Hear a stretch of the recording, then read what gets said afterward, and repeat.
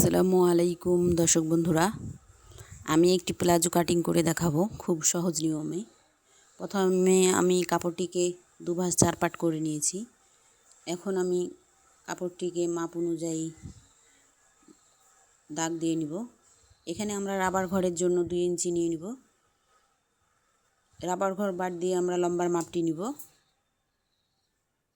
তো লম্বার মাপটি হচ্ছে আমাদের 36, আর আমরা এখানে 1 ইঞ্চি সেলাইয়ের জন্য বেশি নিব।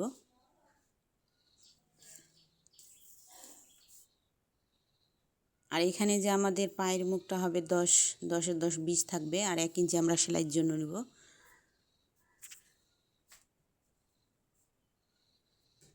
এখন আমরা রাবার ঘরটি এখানে দাগ টেনে নিব। স্কেল দিয়ে আমরা দাগটি টেনে নিব, তাহলে সোজা হবে। আমরা এখানে হাইয়ের মাপটি নিব। হাইয়ের মাপটি নিচ্ছে এখানে 13 ইঞ্চি, আর 1 ইঞ্চি নিচে সেলাইয়ের জন্য দিয়ে আমরা নিব এখানে 14 ইঞ্চি হাইয়ের লম্বাটা। এখন আমরা এখানে হাইয়ের এই যে অংশটা এখানে আমরা একটা দাগ দিয়ে নিব।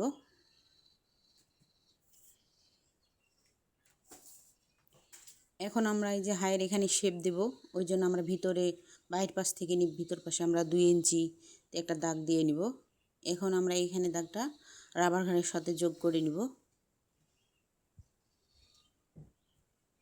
এই যে দেখুন, আমি এখানে একটা শেপ দিয়ে নিচ্ছি। অবশ্যই এখানে একটা শেপ দিয়ে নিতে হবে, এটা হাইয়ের জন্য।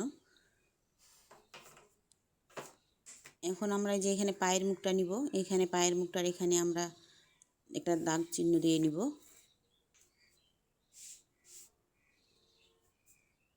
এখন আমরা শেপ কাটটি বসিয়ে এখানে পায়ের মুখ থেকে নিয়ে হাই পর্যন্ত আমরা এখানে একটা দাগ টেনে নিব।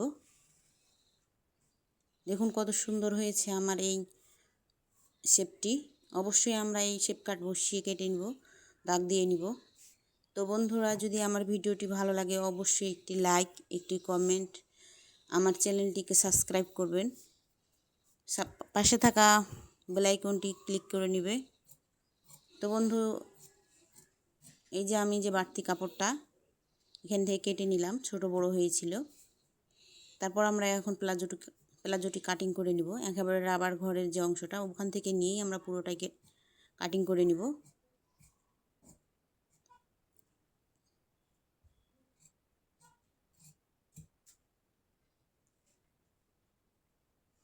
যদি আমার ভিডিওটি ভালো লাগে অবশ্যই একটি লাইক, একটি কমেন্ট করবে। আমি খুব সহজভাবে প্লাজো কাটিংটা বুঝিয়েছি, একেবারেই সহজ।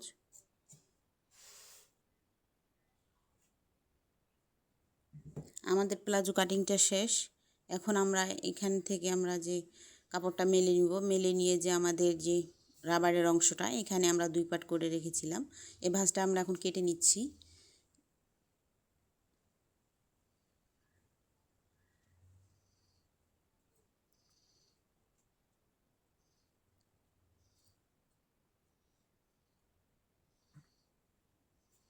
আমি এখানে আমার রাবার ঘরের যে অংশটা বন্ধ পাটটা ছিল এখানে আমি ওটা কেটে নিলাম, দিয়ে আবার ভাঁজ দিয়ে নিচ্ছি। দেখুন কত সুন্দর হয়েছে আমার এই প্লাজো কাটিংটা। খুব সহজে এটা কেটে নেওয়া যায়।